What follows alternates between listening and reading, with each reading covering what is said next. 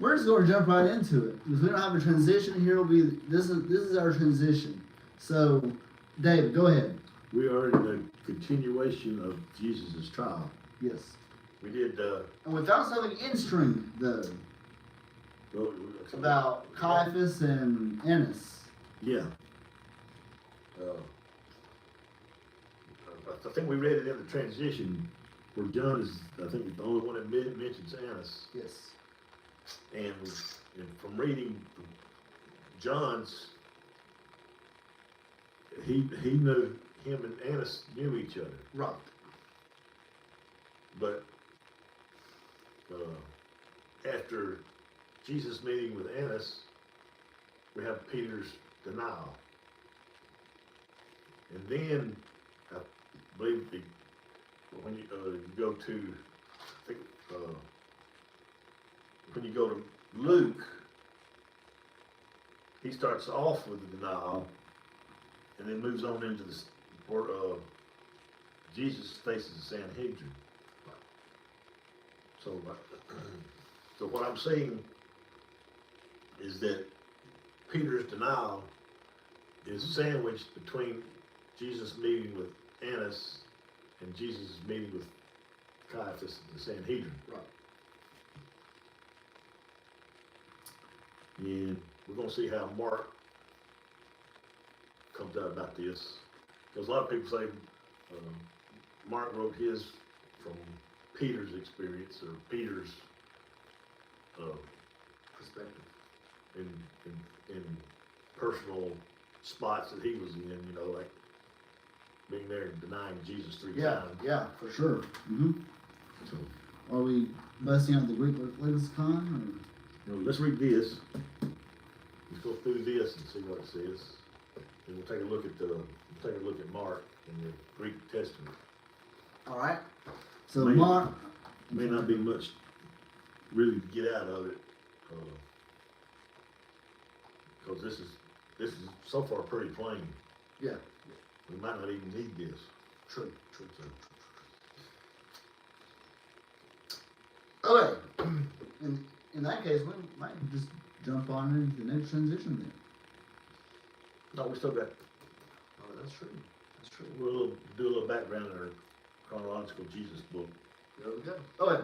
You ready? Yep. So Mark 14 verse 53. And they led Jesus away to the high priest, and with him were assembled all the chief priests and the elders and the scribes. But Peter followed him at a distance and right into the courtyard of the high priest and sat with the servants and warmed himself at the fire. Now, what do you think that means? He warmed himself. Well, it was cold that night. I think one of the other books mentioned it was cold.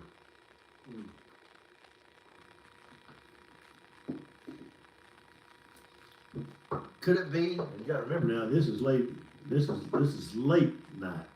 This is the next day, early morning. Right. Yeah. Say like 2 or 3. True. So they're staying up all night. Right. Even though they fell asleep in the garden, maybe they got enough sleep to stay up all night. Yeah. They slept late that day. Okay.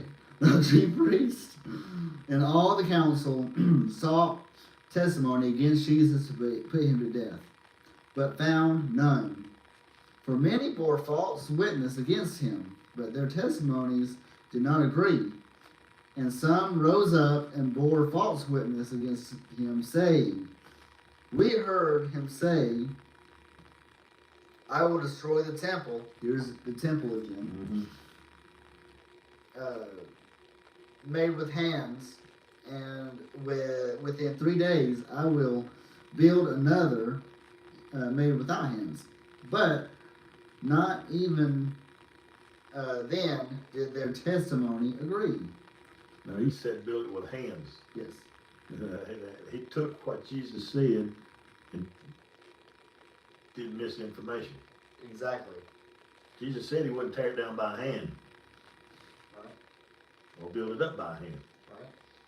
And you got to think, he's also talking about the temple, his body being the temple. Yeah.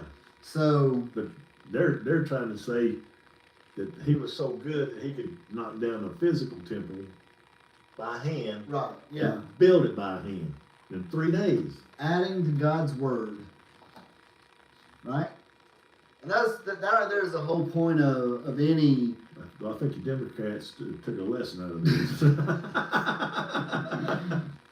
Yeah, Democrats, Jehovah's Witnesses, Muslims, news medias, CNN, MSNBC. Yeah, They all ABC. Always been communist. You get part of the story right, but then you throw a word here and a word there that changes the whole thing. Right. You know, it's kind of like you told me about, I guess last year, the Wicked Bible. Oh yeah. It's like one word you can completely change the meaning. Yeah, it was one of the 10 Commandments. Yeah. What was it? Thou shalt commit adultery. Thou shalt commit adultery. I left the word not out. That's true. There's so many examples of that in human history that it's like, man, you had one job to do. Anyway, okay. And the high priest stood up in the midst, and as Jesus saying, "Do you answer nothing? What is it? These men testify against you." But he kept silent and answered nothing. Again, why do you think he's not saying anything, David? Well, if he went before Annas first, he figured he said enough then. Well, I mean, and yeah, I continue. Well, saying in front of him and saying in front of Sanhedrin, you're more or less going from one person to a whole lot of persons. When you're saying, if you say in front of a whole lot of persons, you really got witnesses against you. Yeah. So far he's keeping quiet. Again, the high priest asked him, saying to him, "Are you the Christ, the Son of the Blessed?" Jesus said, "I am, and you will see the Son of Man sitting at the right hand of the power and coming with the clouds of heaven."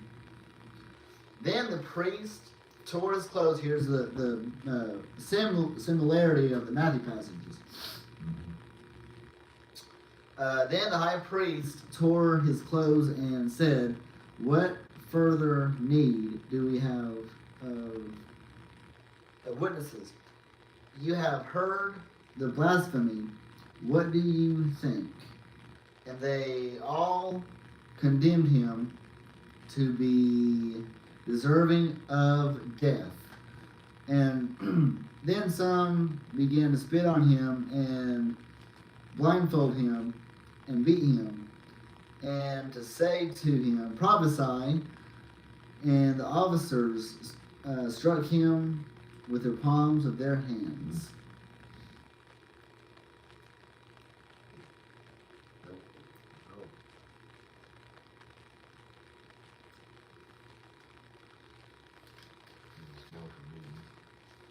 What's that? Let's check Luke again. See if he had the same. Matthew, Mark, and Luke have the same thing on that. I think the reason John doesn't have it because he wasn't there. True. So now we're basically getting into the crucifixion story. Hey, during the summer, last summer, a year ago, we were in the Christmas story. And we spent, all summer just on the Christmas story alone. So when we got started. That's when we got started. Now we're at Christmas time and we're talking about Easter. Death, burial, and resurrection. Yeah. I guess we picked the wrong time to get started, did we? Well, yeah. That's all right. Okay. Go ahead and read 66. The rest of it. Go.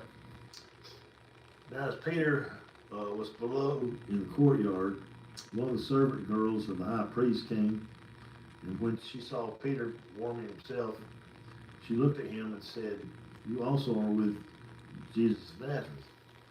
But he denied it, saying, "I neither know nor understand what you're saying." And he went out on the porch, and a rooster crowed. And the servant girl said to him again, and to say to those who stood by him, "This is one of them." But he denied it again. And a little later, those who stood by said to Peter again, "Surely you're one of them, for you are a Galilean, and your speech shows it." Then he began to curse and swear, "I do not know this man of whom you speak."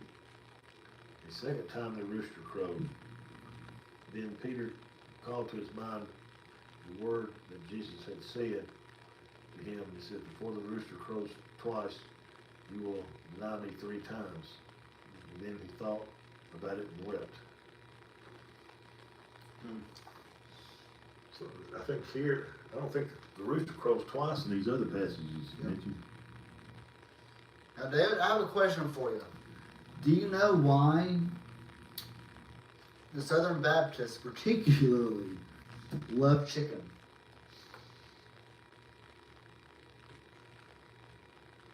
Chicken or roosters? Well, Well, they'll eat a rooster too. yeah, yeah. It's because you can fry it. Okay, yeah. They like fried. They like the fried chicken. Right, but also to get the roosters, all the roosters' grandkids.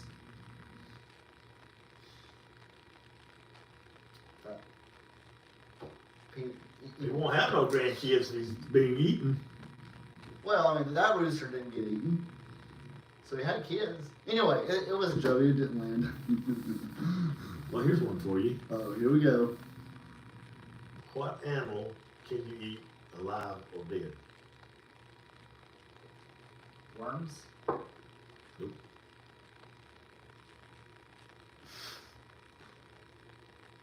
You have to cook it. Cook it. You cook it alive and you cook it dead. A lobster. Right? You never thought of that. Because you do put them in the boiling water Yeah. alive. Yeah. Go ahead. A chicken. Chicken. Oh. I don't get it. But when it's an egg, it's alive. Oh. When you kill it to eat it, that's when it's dead. Oh, okay. Okay. Well, technically they're not alive in the store, are they? Because I mean, if you keep them in the fridge, they don't. Well, And if you forget about them, that's one thing. they don't hatch. That's one thing I've wondered about. Now that would be funny, by the way. I believe a chicken can lay an egg without a rooster. It takes a rooster to help the chicken procreate. So I'm thinking a chicken lays 2 different eggs. One without a rooster, which would not be alive, and one with a rooster, which would be alive. You know what's funny? I was about to say, we need to get back on subject, but we are on subject. Well, no, we're talking about roosters. Yep. And here Continue. it says the rooster crowed twice. Yeah. This is the first time you've come across that. I don't think he wrote I don't think he crowed twice in the others. Right. Of course, John's is real short. Oh, excuse me, folks. Coffee ain't helping. It needs more coffee. It ain't keeping me awake. Okay. So here we don't have Annas in this one. but we have Peter's denial. Maybe a little more explicit since a rooster crowed twice. Yeah. So, what makes John so different? Him before Annas instead of Caiaphas? Because I would think also that Mark would have Peter's denials first, and then him being before the Sanhedrin. We got to think this is the same John that wrote Revelation. Yeah, So but he also wrote the book of John. yeah, but that's another thing I'm saying is there's no telling what else Jesus told John in Revelation. At that point, he could tell him about all these other things that gave it some more additional stuff that the other gospels didn't have. Maybe. I don't know. Well, I'm trying to get the chronology in order.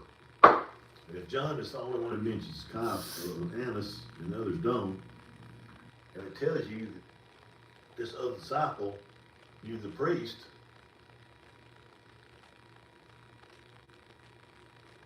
then he had to be carrying on a conversation with that priest. True. Because it says in verse 24 in John, then Annas sent him bound to Caiaphas, the high priest. Why would they think of Annas first?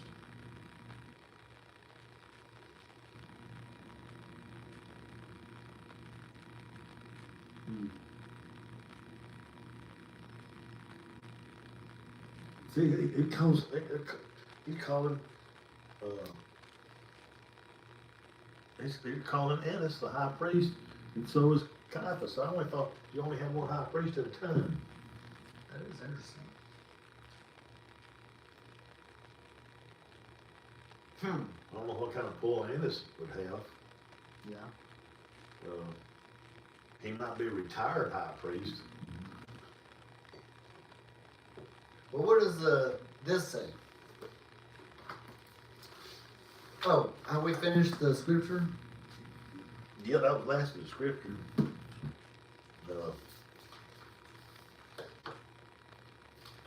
Let's see what we got here.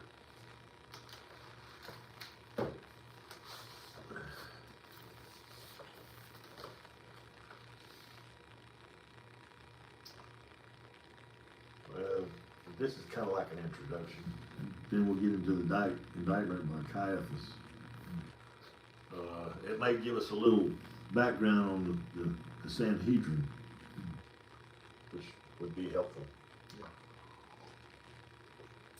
Okay, the house of Caiaphas would have been located in the neighborhood of the upper city, where most of the priestly aristocracy maintained their Jerusalem residence. Many of these homes were destroyed a mere 40 years after Jesus' trial in the upheaval of the Jewish revolt. Their remains lay submerged under successive layers of construction until the late 1960s, when after the Six-Day War, Israeli archaeologists began to excavate. In the process, a guy named Naaman Avigad found a 2,000 square foot residence that he called the priestly house. That's a pretty nice sized house. Yeah. The home appears to closely match the Caiaphas residence as described in the Gospel of Mark. A lavish home with a large reception room preceded by an inner courtyard with a hearth. Mark tells us that it was in exactly such a courtyard that Peter stood warming his hands by the fire. While Jesus was arranged inside during the month of Nisan, roughly equivalent to a March-April time frame, nights in Jerusalem could still be quite frigid. One of the high priest's servant girls supported him there and said, "You also were with Jesus, a man from Nazareth." And Peter, deathly afraid that he might be arrested as well, denied it. Not once, but 3 times, just as Jesus had foretold. So,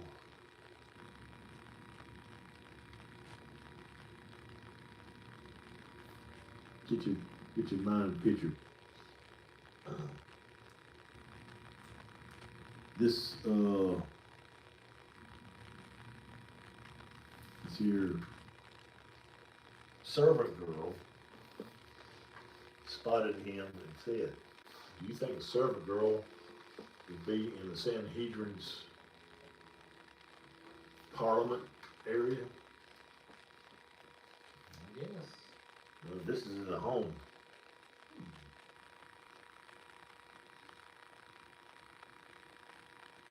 She wouldn't be there.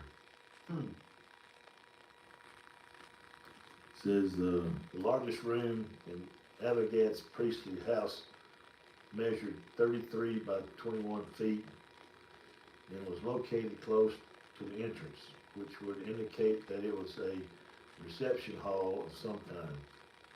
Quite possibly it was in such a chamber that Jesus' indictment took place.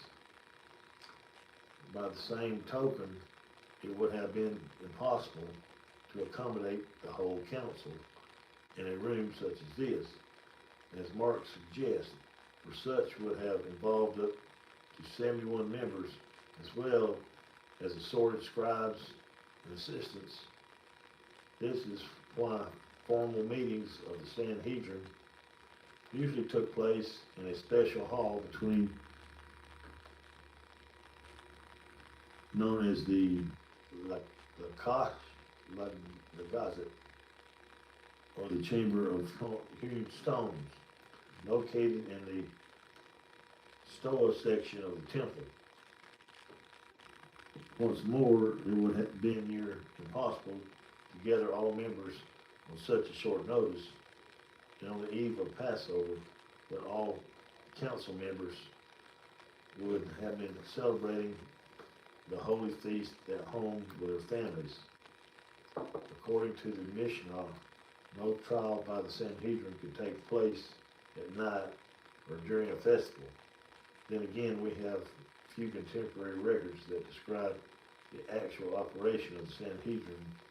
Much of what is debated today about the Sanhedrin of Jesus' time is inferred by their Talmudic sources. Sound like they broke their own law. Yeah, that's what I'm thinking. Yeah. So,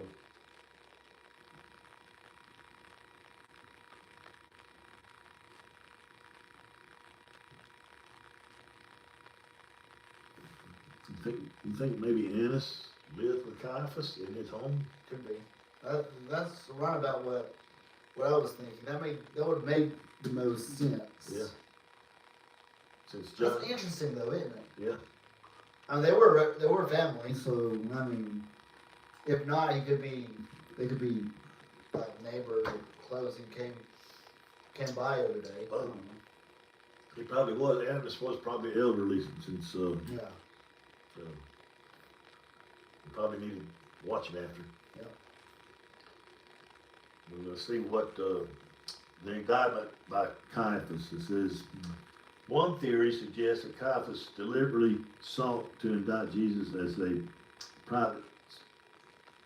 a private session to avoid having certain council members, notably the Pharisees, rise to Jesus' defense. If that is true, then Caiaphas' next challenge was to come up with a charge that would justify a sentence of death. Some scholars have argued that without the full backing of the Sanhedrin, the high priest did not have the power to order a man's death. In that case, there was only one other solution, and that was to refer the whole matter to the local Roman government. This is a rather controversial conclusion, since during the preceding decades, the Sanhedrin had fought hard to retain its autonomy in domestic matters without any interference from the Roman authorities. The Romans, like Herod the Great before them, had acquiescence as long as such cases were domestic or religious in nature, since the applicable law in Judea was, after all, a religious law, the Torah. When it came to crimes that affected Roman interests, such as non-payment of taxes or attempt to incite a rebellion, the Romans were quick to intervene. Mark's gospel says that the pro forma indictment in Caiaphas' house did not go smoothly, since the testimony of the various eyewitnesses did not agree. So it's getting out of hand. Yeah. We don't need these witnesses. They ain't helping us a bit. Let's see. It says, we heard him say, said one, I will destroy this temple that is made with hands, and in 3 days I will build another not made with hands. This was damaging evidence, to be sure, but not something that would warrant the death penalty. After all, for centuries, prophets had warned that Jerusalem and the temple would face imminent destruction as a result of God's wrath. Caiaphas then faced Jesus and asked him, are you the Messiah? According to Mark, Jesus replied, I am, and then cited from the book of Daniel and the Psalms, and you will see the Son of Man seated at the right hand of the power and coming with the clouds of heaven. And that's in Psalms 110:1, and Daniel 7, I think it should have been 13 through 14. In these words, Jesus had given Caiaphas the perfect pretext to involve the Romans. Though Jesus had merely quoted from Scripture, the chief priests knew that words such as power and coming with the clouds of heaven would have a very different meaning for the Romans.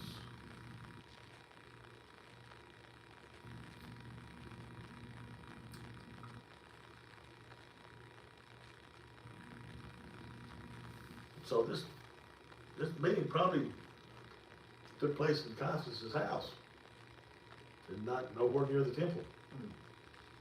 Because like I said, his room, though it's pretty big, could still hold enough, maybe a majority, and not all the Sanhedrin was there when all this happened. Yeah. Huh. And it's like, Wow.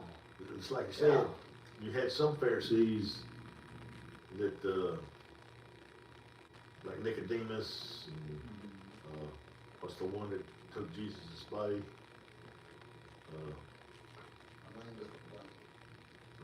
Joseph, is it Joseph of Arimathea? Something like that. They were Pharisees, and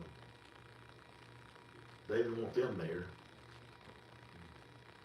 So he probably rounded up a select group. But he didn't need that many when Jesus said that. Right, yeah. He just. So you think that this story, when Peter betrays him, is at Caiaphas' house? Yeah. Well, like I said, I don't think this is where the trial took place. At Caiaphas' house. Hey, imagine his fire pit. Well, how nice it was. I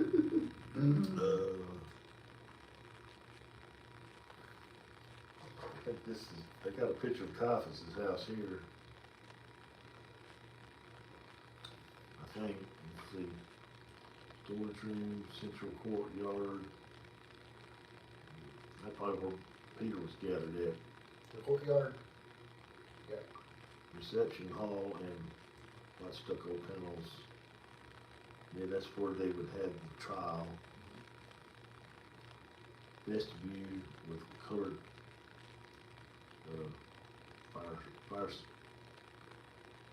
stoves.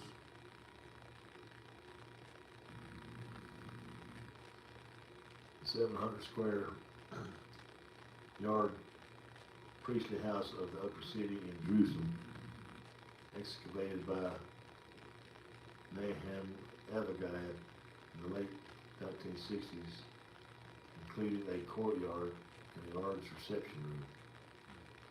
Remains of the burnt house, destroyed by Romans in 70 CE, suggest a lavish, possibly priestly home with a private cave, ovens, large stone jars, and plastered walls. Why do you think they destroyed it? They destroyed Jerusalem. They didn't just destroy the temple, they destroyed Jerusalem. Yeah. So it's a courtyard, right smack dab in the middle of the house. Well,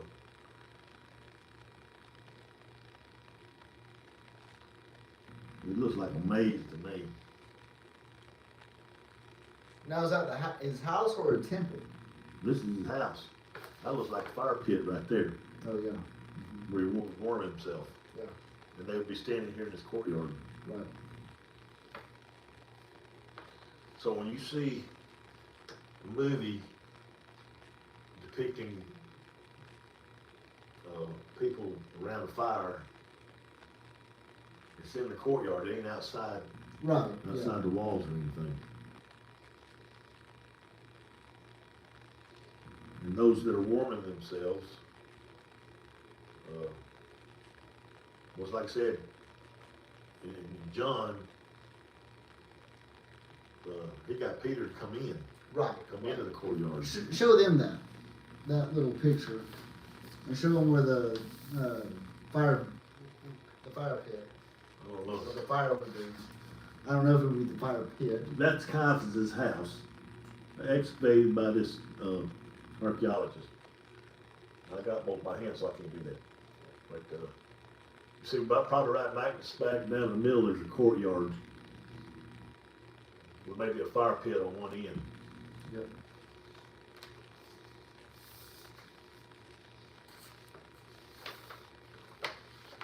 Yeah, it's all interesting how. I mean, this is this? Did we decide that this was a secular book? Because it's the National Geographic, but Yeah, well. but it is fascinating that this is a secular guy or I don't know if this woman. is a guy or a woman. Right. But she's also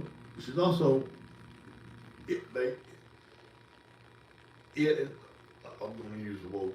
It is also a best-selling author of the biblical world.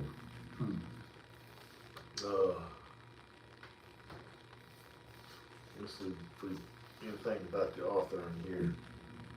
I looked her up. Oh, that's right. We did that last week, didn't we? Oh, it's a guy. It's not a girl, it's a guy. I wonder if he's French. But it is interesting. He's a humanities scholar and graduate professor in the doctoral program at Fielding Graduate University in Santa Barbara, California.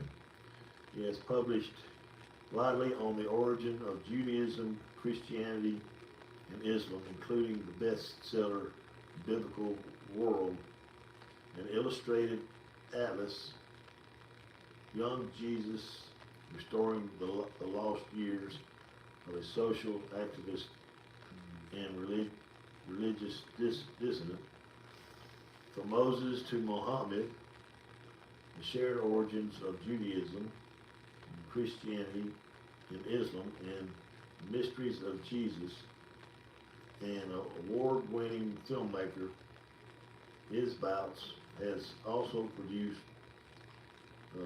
Charlton Heston's Voyage Through the Bible, The Quest for Peace, and Young Jesus. Wow. His website is www.jeppisbouts.org. Have to check him out. That's because I mean it's all interesting. The detail that he has put in it is Yeah, crazy. he probably did a lot of research doing this. Oh yeah. So he did a lot of footwork, Yep. especially all them things he wrote. Oh yeah. And if he worked with Charlton Heston, he did the Ten Commandments. So this had to be a while back. Right. I think Charlton Heston's been dead for 30, 40 years maybe. Yeah.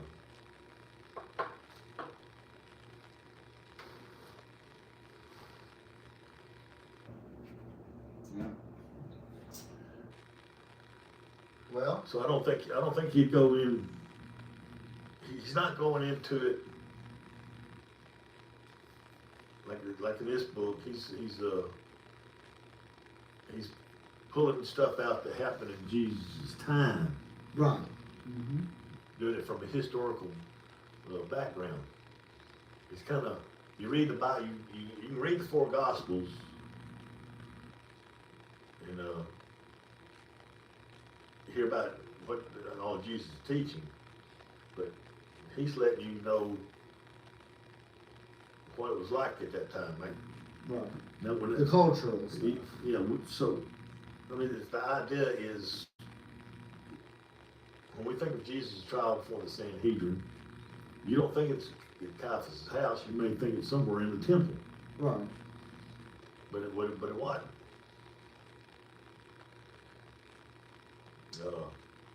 And then we know about the religious law of the Torah that you can't hold court during Yeah. a religious festival. Very true. And they do it anyway. Yeah. So if you're going to do that, you don't hold it at the temple. You got to hold it somewhere else. Right.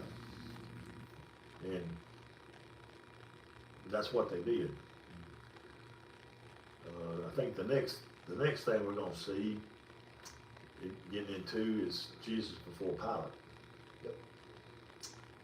I believe you are right. So we're going to take a break next week because it's Thanksgiving, and we will pick up the week after. So, do you have anything else to add, Professor? well, if anything changes, we'll be here next week. We'll just have to wait and see. Oh, Thanksgiving week? Yeah. Oh, well, Uh, you might surprise me. well, my son lives in Georgia. He's coming over, but I don't know when he's coming over. And I don't blame him for Well, wanting to see his son. here's what I'm going to tell him. If he doesn't come till after Monday, then we'll do it Monday. There you go. So I'll have to keep you informed. Stay tuned.